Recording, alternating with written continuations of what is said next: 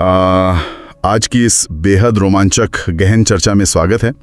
आज हमारे पास जो नोट्स और किताबें हैं ना, वो सच में रोंगटे खड़े कर देने वाली है। बिल्कुल।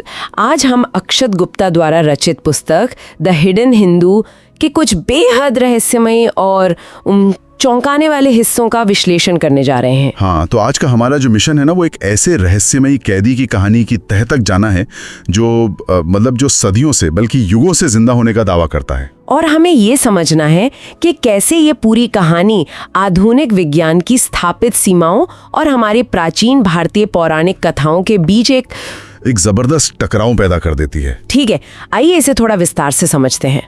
यहाँ सबसे दिलचस्प बात यह है कि ये महज कोई फैंटेसी या थ्रिलर कहानी नहीं है। इस किताब के पन्नों में जो बातें लिखी है ना, वो हमें ये सोचने पर मजबूर करती हैं कि इतिहास, विज्ञान और पौराणिक कथाओं के बीच की जो रेखा है, क्या वो वाकई उतनी ही स्पष्ट है जितना हम मानते हैं? बिल्कुल सही। या फिर इन तीनों के बीच कोई ऐसा गहरा संबंध है जिसे आज की आधुनिक दुनिया समझ नहीं पा रही है। जब आधुनिक तर्क और प्राचीन आस्था आमने सामने होते हैं तो जो टकराव पैदा होता है वो इस चर्चा की जान है। और ये टकराव जिस जगह पे शुरू होता है ना, वो सेटिंग ही अपने आप में कमाल की है।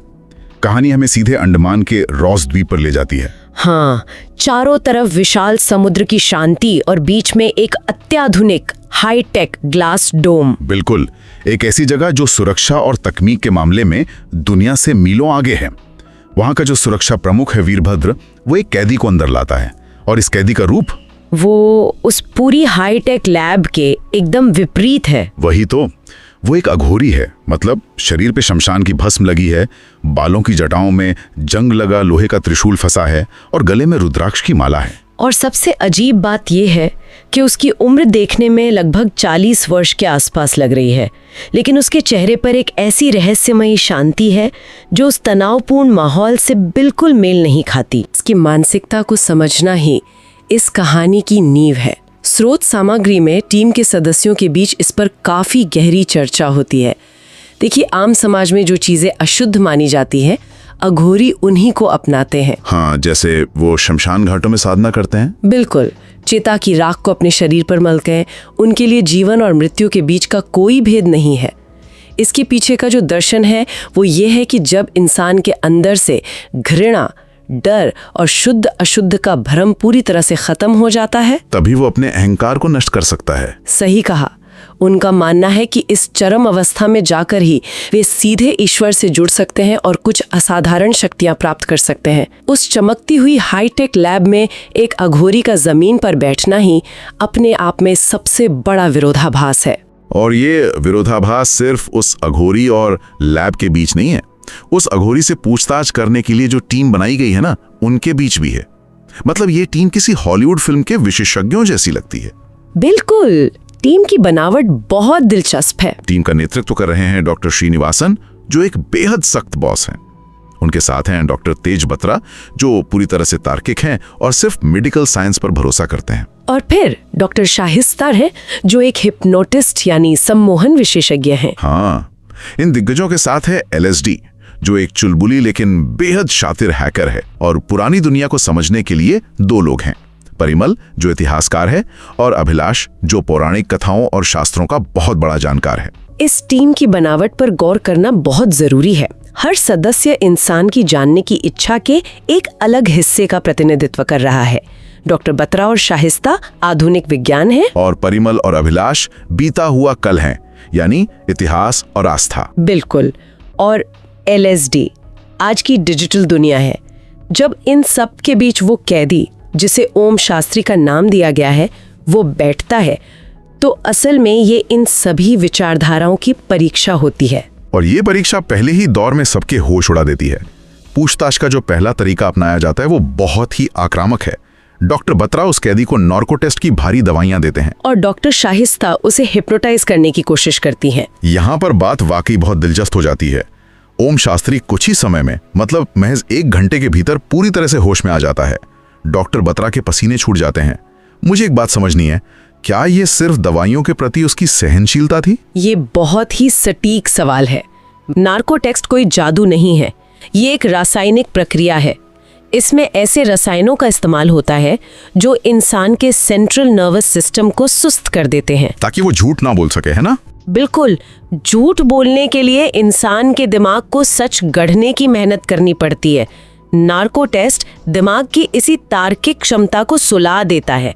डॉक्टर बत्रा ने ओम को जो डोज दिया था वो किसी भी आम इंसान को कई घंटों तक बेहोश रखने के लिए काफी था। तो 1 घंटे में होश में आना? ये सिर्फ सहनशीलता नहीं थी, ये मानव शरीर की जैविक कार्य प्रणाली को पूरी तरह से नकारना था। डॉक्टर बत्रा का असहज होना लाजमी था, क्योंकि उनके पूरे करियर की पढ़ाई एक पल में गलत साबित हो रही थी। तो मतलब वो इंसान जैविक रूप से हमारी तरह काम ही नहीं कर रहा था, और असंभव चीजों का तो जैसे सिलसिला ही शुरू हो जाता है। जब ओम होश में आता है तो वो पहली बार डॉक्टर श्रीनिवासन को देखता है और उन्हें चित्रा कहकर बुलाता है, जिससे डॉक्टर श्रीनिवासन सन्न रह जाते हैं। हाँ, क्योंकि ये उनका ऐसा उपनाम था जो उस कमरे में किसी को भी नहीं पता था। और इसके बाद जो होता है वो विज्ञान की समझ से बिल्कुल परे है। ओम उस पूरी तरह से बंद वातानुकूलित ग्लास डोम के अंदर बैठे बैठे बता देता है कि बाहर मौसम बदलने वाला है। वो सटीकता से बताता रही कि तापमान गिर रहा है, हवा की गति 40 किलोमीटर प्रति घंटा होने वाली है और उसे गीली मिट्टी की खुशबू आ रही है। एक बंद कमरे में बिना किसी खिड़की के कोई ये सब कैसे जान सकता है? इससे एक बहुत ही महत्वपूर्ण सवाल खड़ा होता है, क्या ओम की इंद्रियां एक सामान्य इंसान से कहीं ज्यादा विकसित हैं? ओम का दावा है कि ये कोई चमत्कार नहीं है, बल्कि सदियों के अभ्यास का नतीजा है। लेकिन ये तो महज एक झांकी थी। सबसे बड़ा झटका तब लगता है जब नार्को और सम्मोहन के असर में ओम अपने बारे में बोलना शुरू करता है। वो कहता है कि ओम शास्त्री तो सिर्फ उसकी अनगिनत पहचानों में से एक है। रुको, ये बात हजम करना थोड़ा मुश्किल है। वो सिर्फ उम्र दराज होने का दावा नहीं करता, वो कहता है कि वो युगों से जिंदा है। हाँ, वो बताता है कि रामायण काल में वो सुषेण था, वही सुषेण वैद्य जिसने लक्ष्मण के मूर्छित होने पर संजीवनी बूटी मंगवाई थी। महाभारत काल में वो खुद को विदुर बताता है, और मौर्य साम्राज्य में विष्णुगुप्त यानी चाणक्य। और बात यही नहीं रुकती, वो मुगल काल में बंदा सिंह बहादुर होने का भी दावा करता है। मुझे ये देखकर बहुत हैरानी हुई कि उसने इतिहास के इन्हीं किरदारों को क्यों चुना। एक वैद्य, एक मंत्री, एक रणनीतिकार और एक योद्धा। यही इस स्रोत की गहराई है। उसने किसी साधारण इंसान या राजा का नाम नहीं लिया। ये चारों ऐसे किरदार हैं जो पर्दे के पीछे रहकर काम करते थे, लेकिन जिनके ज्ञान या बलिदान ने पूरे युग की दिशा बदल दी। बिल्कुल, लेकिन टीम को जो बात सबसे ज्यादा विचलित करती है वो केवल इन दावों में नहीं है, बल्कि जिस तरह से ओम इन्हें बयां करता है उसमें है। सही कहा। मुझे स्रोत का वो हिस्सा याद है जब डॉक्टर बत्रा इस नाम की पुष्टि करने के लिए कमरे से बाहर अपनी माँ को फोन लगाते हैं। डॉक्टर बत्रा अपनी माँ से पंजाबी में सवाल पूछते हैं, और कमरे के अंदर बैठा ओम बेहोशी की हालत में डॉक्टर बत्रा की माँ के साथ साथ पंजाबी में ही सटीक जवाब देने लगता है। और वो बताता है कि कैसे मुगल बादशाह फर्रुख सियर ने बंदा सिंह बहादुर की हत्या करवाई थी। उस सिहरन का कारण है ओम की स्मृतियों का दर्द। इतिहास की किताबों में हम सिर्फ तारीखें पढ़ते हैं। हाँ, लेकिन ओम जिस सटीकता से उस यातना का वर्णन करता है वो रोंगटे खड़े कर देने वाला है। वो बेहोशी में बताता है कि कैसे बंदा सिंह बहादुर के छोटे से बेटे का कलेजा निकालकर उनके मुंह में ठूंसा गया था। बाप रे। कैसे गरम चिमटों से उनका मांस नोचा गया था। जब वो ये सब बता रहा होता है तो ऐसा लगता है जैसे वो दर्द आज भी उसके अंदर ताजा हो। एक सामान्य इंसान इन ऐतिहासिक तथ्यों को रट तो सकता है, लेकिन उस शारीरिक और मानसिक पीड़ा को अपनी आवाज में ऐसे नहीं उतार सकता जैसे उसने खुद उन यातनाओं को झेला हो। बिल्कुल, ये एक अनुभव की आवाज थी जिसने पूरी टीम को हिला दिया। इन भयानक दावों के बाद ये साबित करने की जिम्मेदारी हैकर एलएसडी पर आ जाती है कि क्या इस आदमी का कोई डिजिटल वजूद है भी या नहीं। और जो खुलासे वो करती हैं वो विज्ञान को और भी ज्यादा असमंजस में डाल देते हैं। एलएसडी को पता चलता है कि ओम शास्त्री के नाम से देश भर में कई बैंक खाते और लॉकर हैं। लेकिन सबसे बड़ा सवाल यह था कि अगर कोई इंसान हजारों साल से जिंदा है तो वो आज के सिस्टम में अपने दस्तावेज कैसे मेंटेन कर रहा है।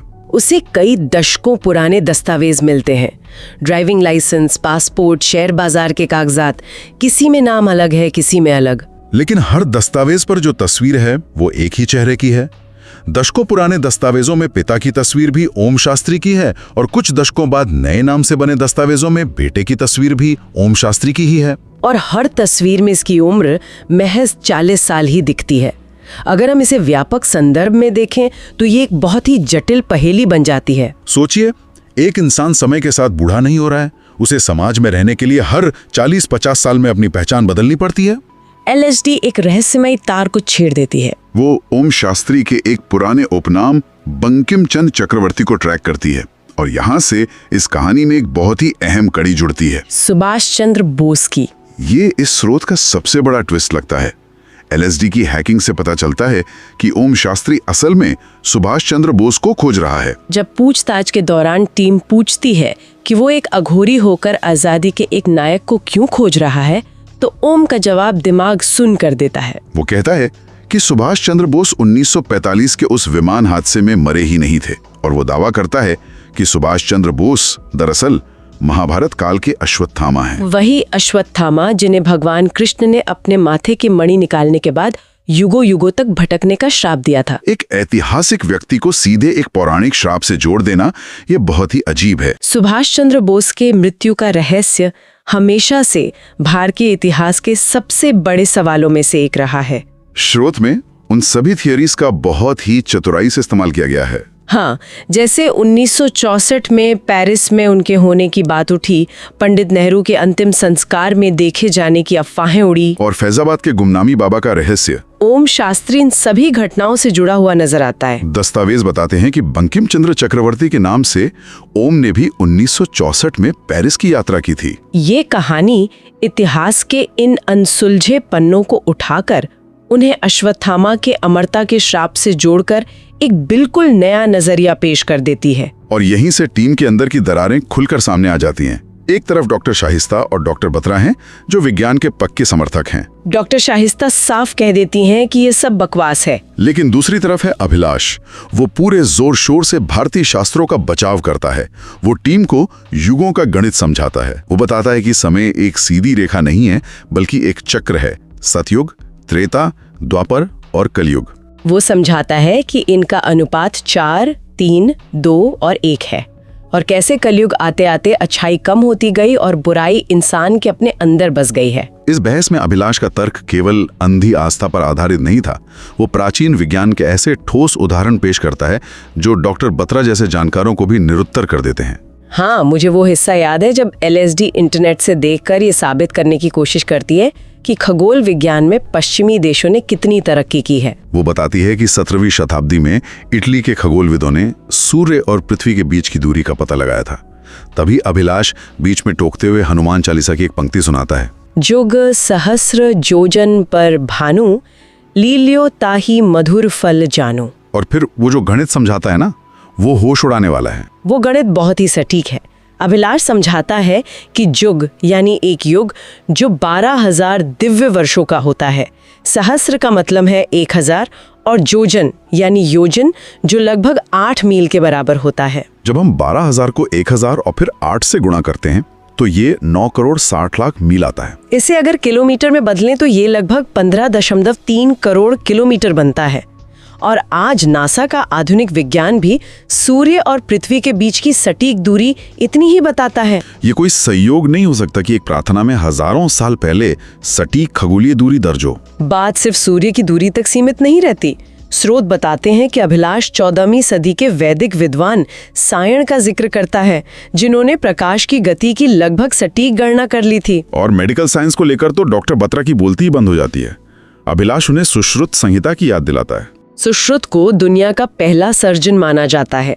यहाँ तक कि मेहरगढ़ की खुदाई में 7,500 से 9,000 साल पुरानी दंत चिकित्सा और शल्य चिकित्सा के स्पष्ट प्रमाण मिले हैं। और एविएशन की बात करें तो राइट ब्रदर्स के हवाई जहाज बनाने से सदियों पहले महर्षि भारद्वाज के वैमानिक शास्त्र में विमानों के निर्माण का वर्णन मिलता है। ये सब सुनकर डॉक्टर बत्रा और शाहिस्ता का चिढ़ना स्वाभाविक है।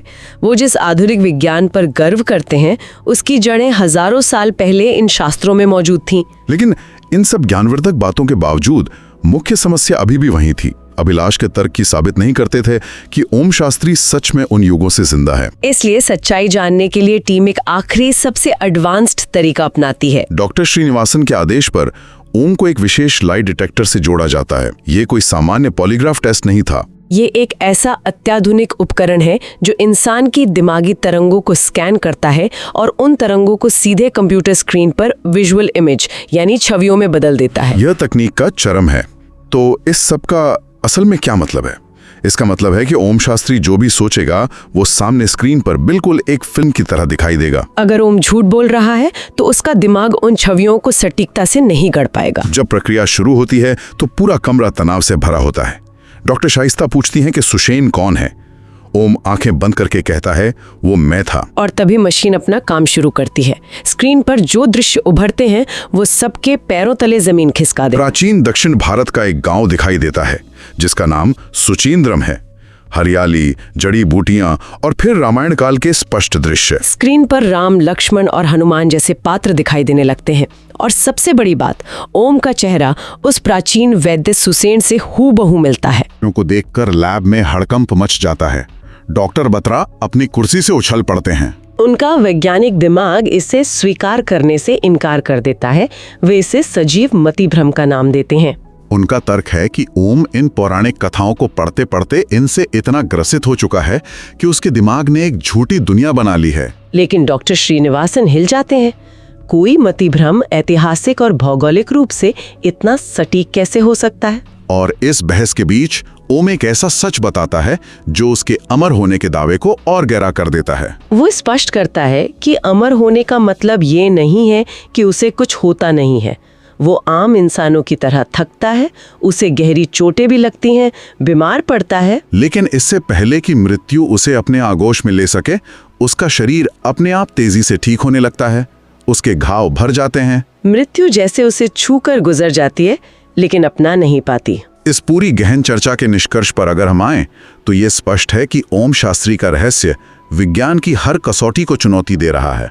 एक तरफ तार्किक विज्ञान है जो केवल सबूतों पर चलता है, दूसरी तरफ अभिलाष द्वारा प्रस्तुत किया गया प्राचीन ज्ञान और इतिहास है। और इन दोनों के बिल्कुल बीच में खड़ा है एक अमर अघोरी जो ये साबित कर रहा है कि मानव शरीर की क्षमता हमारी आज की समझ से कहीं ज्यादा विशाल है। श्रोताओं के लिए इसका सबसे बड़ा टेक अवे ये है कि ये हमें अपनी मान्यताओं पर सवाल उठाने पर मजबूर कर देता है। बिल्कुल। हम जो इतिहास पढ़ते हैं, क्या वो पूरी सच्चाई है? आधुनिक विज्ञान और प्राचीन ज्ञान के बीच का ये टकराव ये सोचने पर मजबूर करता है कि दुनिया में अभी भी अनगिनत रहस्य खोजे जाने बाकी हैं। और इस चर्चा को विराम देने से पहले इसे आज की दुनिया से जोड़कर देखना दिलचस्प होगा। आज के समय में सिलिकॉन वैली के बड़े बड़े टेक अरबपति एंटी एजिंग रिसर्च पर अरबों डॉलर्स खर्च कर रहे हैं। वे तकनीक के जरिए अमरता खरीदना चाहते हैं। लेकिन अगर हम ओम शास्त्री की जिंदगी को देखें, युगों युगों की यादों का बोझ, युद्धों में खून खराबा देखना, और सबसे भयानक, अपने ही बच्चों, परिवार और दोस्तों को अपनी आंखों के सामने बूढ़ा होते और मरते देखना, तो सवाल ये उठता है कि आज के ये अरबपति जिस अमरता के पीछे भाग रहे हैं, क्या वो वाकई एक वरदान खोज रहे हैं या वो अनजाने में उसी अश्वत्थामा के श्राप को वापस ला रहे हैं? शायद कुछ रहस्य और सीमाएं इंसान के भले के लिए ही बनी है। बिल्कुल सही कहा। इसी गहरे सवाल के साथ हम आज की इस गहन चर्चा को यहीं समाप्त करते हैं। कुछ नया सीखते रहिए और सवालों की खोज जारी रखिए।